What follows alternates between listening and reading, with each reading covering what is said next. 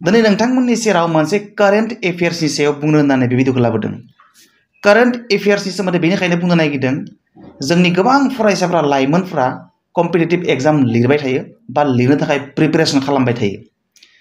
स' जायफ्रा competitive exam लिरनो थाखाय प्रिपेरेसन खालामदों एबा कम्पिटिटिभ एग्जाम होफ्लेबाय थायो बिथांमोननि थाखाय नैफोरबायदि बिराद इम्पर्टेन्ट कारेन्ट एफेयार्सनि सायाव इनफरमेसन थुब्रायनाया बिराद इम्पर्टेन्ट। बेनिखायनो आङो सम सम कारेन्ट एफेयार्सनि सायाव भिडिअ लाबोयो। स' बेबायदिनो मोनसे इम्पर्टेन्ट भिडिअ नैबे जागोन जायफ्रा कम्पिटिटिभ एग्जाम होयो साख्रिनि आनजाद लिरबाय थायो बा साख्रिनि आनजाद लिरनो होननानै प्रिपेरेसन खालामबाय थादों बिथांमोननि थाखाय नैबे भिडिअआ बहुत इम्पर्टेन्ट। स' जों थांनोसै टपिकआव। 2022 मायथाइनि नैबे नभेम्बर मासाव बुहुमाव गासै सुबुं अनजिमाया 8 बिलियन जाबाय। 8 बिलियन। 8 बिलियन माने मा? गोबाङानो कनफिउज जागोन। माने 1 बिलियनाव 100 कौटि थायो। 1 बिलियनाव 100 कौटि थायो। अब्ला 8 बिलियन माने 800 कौटि। बुहुमाव सुबुं अनजिमाया दा नैबे नभेम्बर माससिम 800 कौटि जाबाय। आरो बे 800 कौटियाव बांसिन सुबुं अनजिमानि कन्ट्रिबिउसना भारतनिफ्रायनो दं। माने भारतआनो बांसिन कन्ट्रिबिउसन होदों बे 800 कौटि सुबुं अनजिमा जानायाव। गोबां स्पिडआव आरो गोबां हाराव भारतनि सुबुं अनजिमाया बाङो आरो बेबायदिनो बांसिन बांदों भारतनि सुबुं अनजिमाया।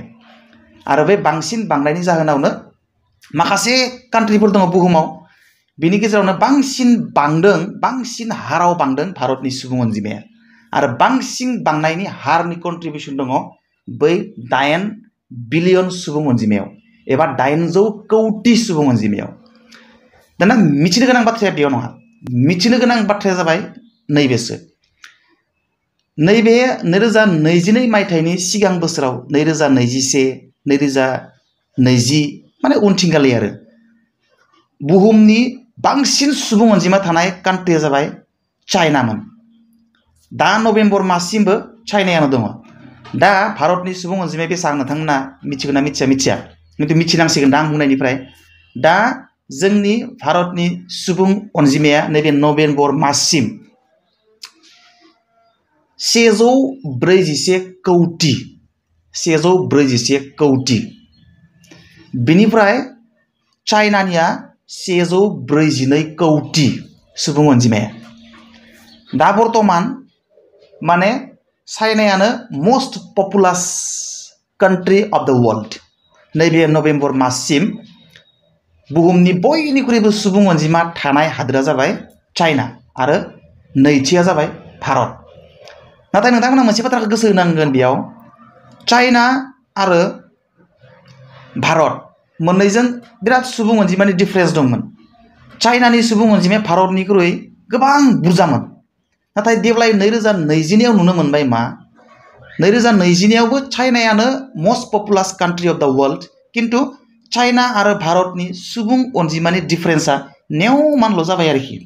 भारतनिया बेसां माने 141.something कौटि। बेनिफ्राय चाइनानिया 142 कौटि माने 142.something दं इथिंगालै कौटि। माने जोङो माने राउन्ड फिगाराव बुङोब्ला दानि भारतनि सुबुं अनजिमाया 141 कौटि आरो चाइनानिया 142 कौटि। माने 1 बिलियननिबो डिफारेन्स गैया बेयाव। माने दशमिकनि उनथिंनि अनजिमाफोरखौ बुङाखै आङो। दाना मिथिनो लागा बाथ्राया नैबेसो 2023 मायथाइयाव फैबाय थानाय 2023 मायथाइ दाथ' नभेम्बर डिसेम्बर मास मोनसे दङ। माने 2023 मायथाइनि गेजेराव भारतनि सुबुं अनजिमाया जाहैगोन 142.86 कौटि। बिनिफ्राय चाइनानि सुबुं अनजिमाया जाहैगोन 142.56 कौटि।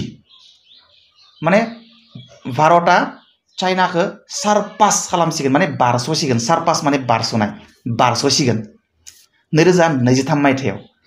माने इउनाइटेड नेशन्सनि रिपर्ट बायदिब्ला भारतनि सुबुं अनजिमाया 2023 मायथाइनि गेजेराव 142.86 कौटि जागोन बिनिफ्राय चाइनानिया जोंनिख्रुइ खम जागोन बेसेबां जागोन 142.56 कौटि जागोन माने बेखौनो मिथिनांगोन नैबे भिडिअनिफ्राय 2023 मायथाइयाव भारतआ बुहुमनि बयनिख्रुइबो बांसिन सुबुं अनजिमा थानाय कान्ट्रि जानो थांगासिनो दङ चाइनाखौ बारस'नानै गोबां बोसोरनिफ्राय चाइनाया मुलुगनि बयनिख्रुइबो बांसिन सुबुं अनजिमा थानाय हादोरमोन नाथाय 2023 आव भारतआ एरैबायदि जाम्प होसिगोन माने बुहुमनि बयनिख्रुइबो बांसिन सुबुं अनजिमा थानाय चाइना कान्ट्रिखौ बारस'नानै भारतआसो बुहुमनि बयनिख्रुइबो बांसिन सुबुं अनजिमा थानाय कान्ट्रि जानो थांगासिनो दङ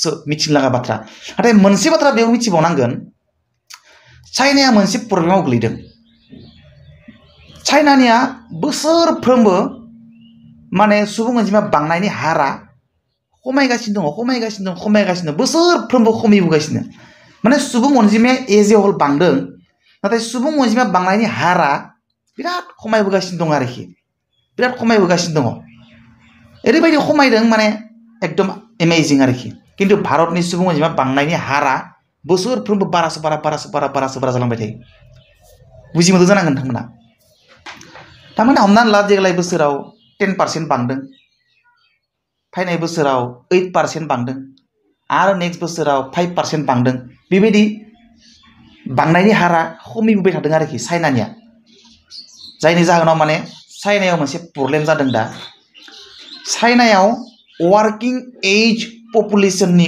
अनजिमाया नन वार्किं एज पपुलेशननि अनजिमानिख्रुइ खम तारमाने माने खामानि मावग्रा सुबुंनि अनजिमानि हारा खामानि मावालासिनो जाग्रा जेरैबायदि 60 बोसोरनि बारा 65 बोसोरनि बांनाय बोरायफोर बैसो जानाय मानसिफोर बिनिफ्राय माने उन्दै गथ'फोर 15 बोसोरनि सिंनि गथ'फोर बैफोर सुबुं अनजिमायासो बै खामानि मावग्रा इनकाम खालामग्रा प्रडाक्शन साख्रि मावग्रा सुबुं अनजिमानिख्रुइ बांसिन तारमाने ओरैनो जाग्रा गुबुननि सायाव सोनारनानै थाग्रा सुबुंनि अनजिमायासो बांसिन आरो इनकाम खालामग्रा खामानि मावग्रा सुबुं अनजिमानि हारासो खम जानानै दङ दा चाइनायाव बेयो मोनसे गिलुबालु सिचुएशन नाथाय भारतनिया वार्किं एज पपुलेशन खामानि मावनो हानाय बैसोनि सुबुं अनजिमायासो बे खामानि मावै एबा सोनारनानै जाग्रा मानसिफोरनिख्रुइ बांसिन भारतनिया बेयो जाबाय गुड साइन खामानि मावग्रा आर्निं खालामग्रा सुबुं अनजिमानि हारा बांसिन खामानि मावै एबा सोनारनानै जाग्रा थाग्रा मानसिफोरनिख्रुइ माने खामानि मावै माने 65 इयार्सनि बांद्राय जानाय बैसो जानाय बा माने 15 बोसोरनि सिंनि मानसिफोर बेफोरथ' खामानि मावा बिमा बिफानि सायाव थायो सोनारनानै 65 इयार्सनि बांसिन जानाय मानसिफोराथ' खामानि मावनो हाया बिसोरो फिसाज्लानि सायाव सोनारनानै थायो जायो बेफोरबायदि सुबुं अनजिमानि हारा खम आरो खामानि मावग्रा सुबुं अनजिमानि हारा बांसिन इन्डियायाव नाथाय चाइनानि बेलायाव बियो उल्था बेनिखायनो चाइनाया दा गिगासिनो दोङो बिथांमोननि इक'नमिया वान अफ द लिडिं इक'नमि इन द वर्ल्ड पृथिबियाव मुलुगाव लिडिं इक'नमिकफोरनि गेजेराव चाइनायाबो मोनसे दा बिथांमोना लिडिंआव थागोन ना थाया बा लिडिंआव थागोन ना थाया बेखौ गिनानै बिथांमोना गोबां माने गोदान इनिशिएटिभ लागासिनो दङ चाइनाया स' बिराद गिलुबालु बियो चाइनानि सुबुं अनजिमा बांनायनि हारा मानो खमायदों बिदिबो कारन दङ चाइनायाव तारमाने 1980 निफ्रायनो वान चाइल्ड पलिसि दंमोन सासेल' गथ' खांनो मोनोमोन बिमा बिफाया सासेनि बारा गथ' खाङोबा आयेनगत भाबै बियो दायनिगिरि आयेननि आवथायाव एक्सन लानाय जायो बिनिफ्राय दा चाइनाया बिखौ गिनानै बिसोरो 2016 आव 2 चाइल्ड पलिसि खालामबाय 2 चाइल्ड पलिसि खालामनायनि उनावबो दा बांनाय सुबुं अनजिमा बांनायनि हारा खमायलांगासिनो दङ बेनिफ्राय 2021 मायथाइनिफ्राय दा चाइनाया मा खालामबाय 3 चाइल्ड पलिसि खालामबावबाय बिसोरो बिमा बिफाफ्रा दा 3 गथ' खांनो हायो माने बिखौ लिगेल खालामनानै होलायबाय दा रावबो 3 गथ'खौनो खांलिया मानो होनबा मोनसे आदत जाबोबाय बिराद बोसोर 1 चाइल्ड पलिसि एडप्ट खालामबोबायना गोबां बोसोर 1 चाइल्ड पलिसि एडप्ट खालामबाय माने मानसिफोरनि गोसोआव मोनसे सेन्टिमेन्ट हाबनानै थाबाय जे गथ'खौलाय महा खानै खाथाम खाब्रै खाबा खांबाय बायनोलै खासेयानो साफिसियेन्ट बिदि मोनसे सेन्टिमेन्ट मानसिफोरनो हाबबाय आरो जायनि जाहोनाव दा चाइनायाव सुबुं अनजिमा बांनायनि हारा गोबां खमायबोगासिनो दङ आरो जायनि जाहोनाव वार्किं एज पपुलेसननि अनजिमाया नन वर्किं एज पपुलेसननिख्रुइ गोबां खम स' बेबायदि नोंथांमोना मिथिबाय जानांगौ बाय बाय सी इउ नेक्स्ट